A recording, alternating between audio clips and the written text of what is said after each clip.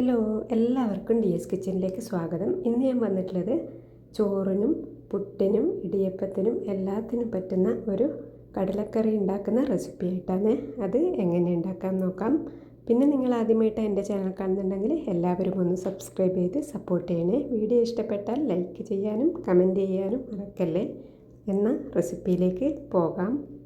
ഇതിനായിട്ട് ഞാനിവിടെ എടുത്തിട്ടുള്ളത് 250 ഗ്രാം കടലയാണ്. കറുത്ത കടലയാണ് എടുത്തിട്ടുള്ളത്. ഇത് രാത്രി വെള്ളത്തിൽ കുതിർത്ത് വെച്ചിട്ടുള്ളതാണ്. ഈ രാവിലെയാണ് ഇത് നമ്മൾ വേവിച്ചെടുക്കുന്നത്. അത് ഒന്ന് വേവിച്ചെടുക്കാം. ഇത് നമ്മൾ കുക്കറിലിട്ടിട്ടാണ് വേവിച്ചെടുക്കുന്നത്. വേവനുസരിച്ച് അത് വേവിച്ചെടുത്താൽ മതി. ഇനി നമ്മളിതിലേക്ക് ഒരു സവാളയും കൂടി ഇട്ട് കൊടുക്കുന്നുണ്ട്. പിന്നെ അതിലേക്ക് ഒരു 1/4 ടീസ്പൂൺ മഞ്ഞൾപ്പൊടിയും പാകത്തിന് ഉപ്പും വേവിക്കാൻ ആവശ്യമായിട്ടുള്ള വെള്ളം 1 ടേബിൾ സ്പൂണോളം വെളിച്ചെണ്ണയും കൂടി ഒഴിച്ചു കൊടുത്ത് വേവിച്ചെടുക്കാം.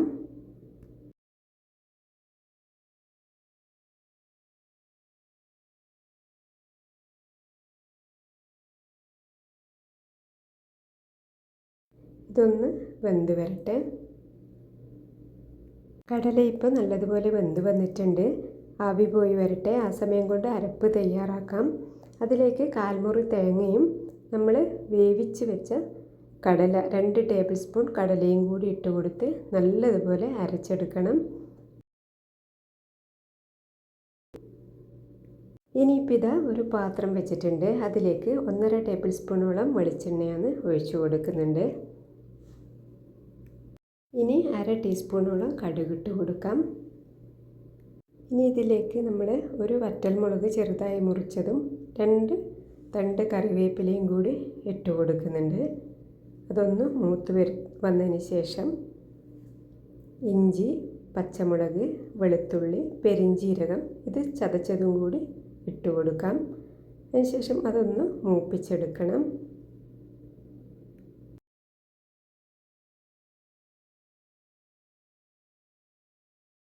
ഇതൊന്ന് മൂത്ത് വന്നതിന് ശേഷം നമ്മളിതിലേക്ക് ഒരു സവാളയാണ് ഇട്ട് കൊടുക്കുന്നത്.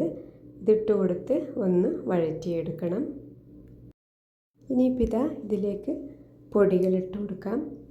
നമ്മൾ മഞ്ഞൾപ്പൊടി, മുളക് പൊടി, ഗരം മസാല, മീറ്റ് മസാല, മല്ലിപ്പൊടി ഇതെല്ലാമാണ് ഇതിലേക്ക് ചേർത്ത് കൊടുക്കുന്നത്.